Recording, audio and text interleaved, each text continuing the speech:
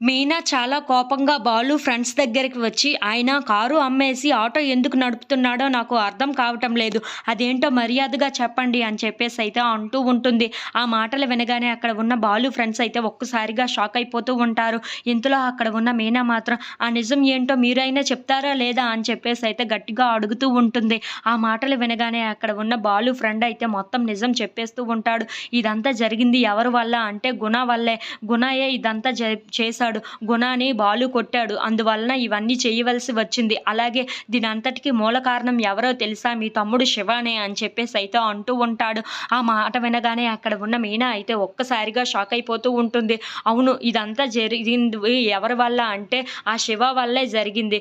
కానీ బాలు మీ అందరి దగ్గర నేరస్తుడిలాగా నించుంటున్నాడు. బాలుది ఎటువంటి తప్పు లేదు. ఇదంతా చేయించింది ఎవరు అంటే గుణ, అలాగే మీ తమ్ముడు శివనే అని చెప్పేసైతే అంటూ ఉంటాడు.